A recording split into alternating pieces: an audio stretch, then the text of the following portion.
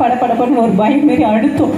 நான் ஹாஸ்பிட்டலுக்கு போனேன். அந்த டாக்டர் தான் சொன்னார், என்னை அட்மிட் பண்ணி ஹார்ட் ஊசி போட்டார், எல்லாம் செய்தார். ஆனாலும் என்னால் அந்த 10 நாள் நல்லாயிருக்கும்.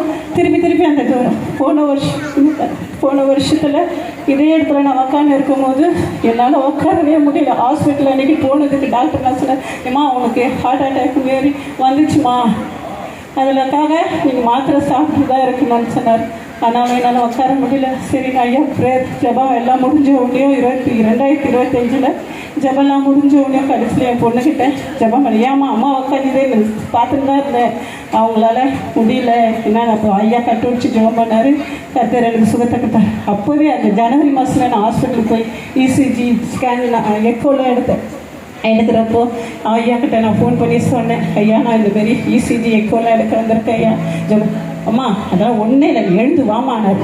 ஏசப்பா கிருபையில இசிஜிலையும் ஒன்றும் இல்லைனாங்க, அந்த எக்கோலையும் ஒன்றும் இல்லைனாங்க. கர்த்தருக்கு மகிமை உண்டான ஸ்தோத்திரம். நான் அந்த கொரோனா டைமில் எனக்கு நான் நம்ம பெரிய சபையிலேருந்து ஐயா இறந்தவங்க இந்த அனிதா மெட்ரஸில் போய் நான் பிரியக்குமார் சர்ச் அங்கே இருக்கும் போது ஐயா கிட்ட நான் ஜோம் பண்ணிட்டு வருவேன். ஆனாலும் விஜயன் பாஸ்டர் ஐயா நிமித்தம் இந்த சபைக்கு நாங்கள் வந்து வீட்டாண்ட வந்து சொல்லும் போது ஒரு வீட்டில் கொரோனா டைமில் எந்த இடத்துல சர்ச்சில் நடக்கலை. ஆனாலும் ஐயா அந்த அம்மா அந்த வீட்டில் வைக்கும்போது நான் என் மகன் 2 குழந்தைங்க கணவர் அந்த இடத்துல நாங்கள் தொடர்ந்து ஜெபம் பண்ணோம்.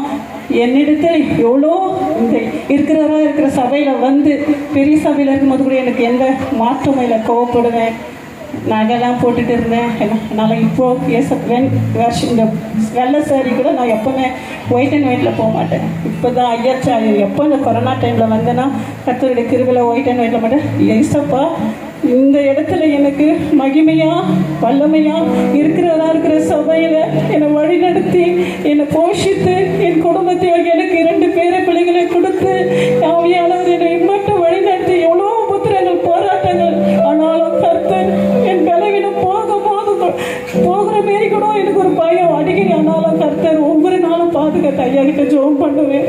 கர்த்தர் சுகத்துக்கு பலத்தை கொடுத்ததுக்காக நன்றி செலுத்துகிறேன். கர்த்தருக்கே மகிமை உண்டாவதாக.